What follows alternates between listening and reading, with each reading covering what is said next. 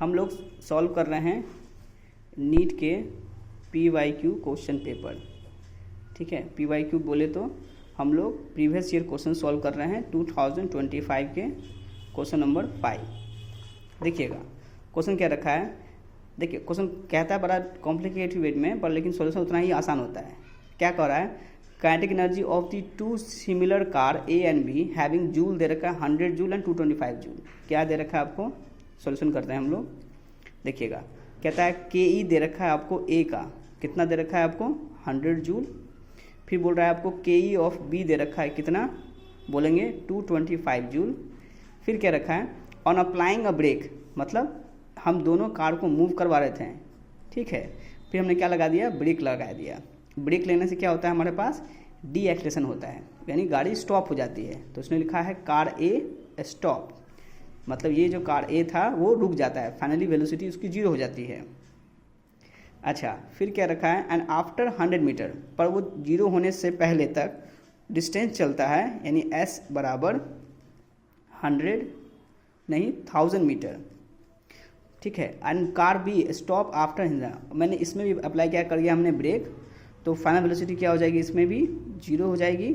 तो बोल रहा है 0 होने से पहले तक कितना डिस्टेंस चला उसने, बी ने, तो बोलेंगे 1500 मीटर। कितना, 1500 मीटर डिस्टेंस जाकर के वो रुक जाता है कार। तो बताना है फोर्स ए और फोर्स बी का वैल्यू क्या आएगा।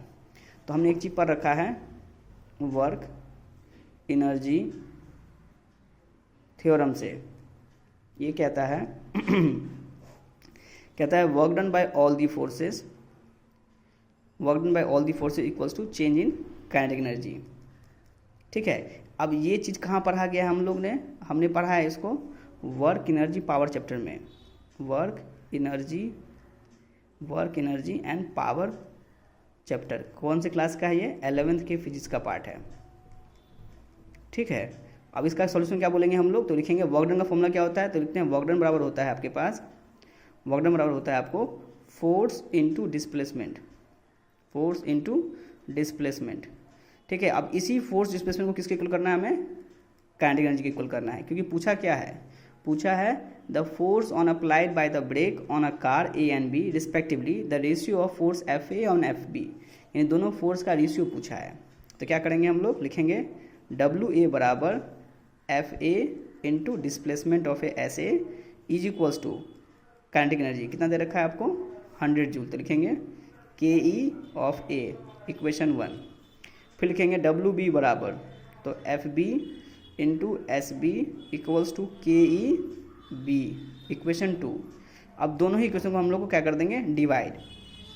तो क्या आएगा हमारे पास आएगा F A upon F B into S A का मतलब हो गया आपको 1000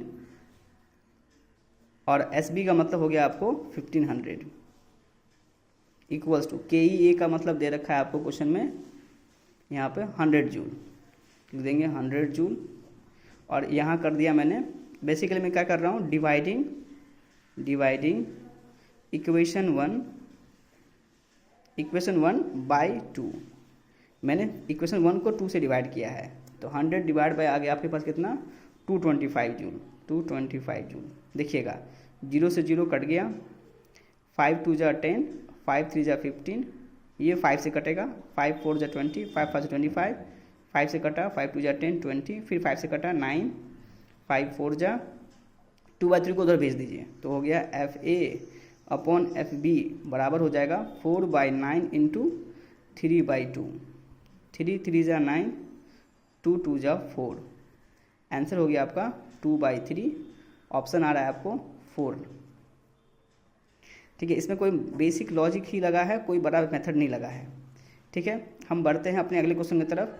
आपको अच्छा लगा है तो चैनल को सब्सक्राइब कीजिए, लाइक कीजिए, हम लोग को मोटिवेट दीजिए ताकि हम लोग और अच्छी वीडियोस बनाते रहें। Thank you.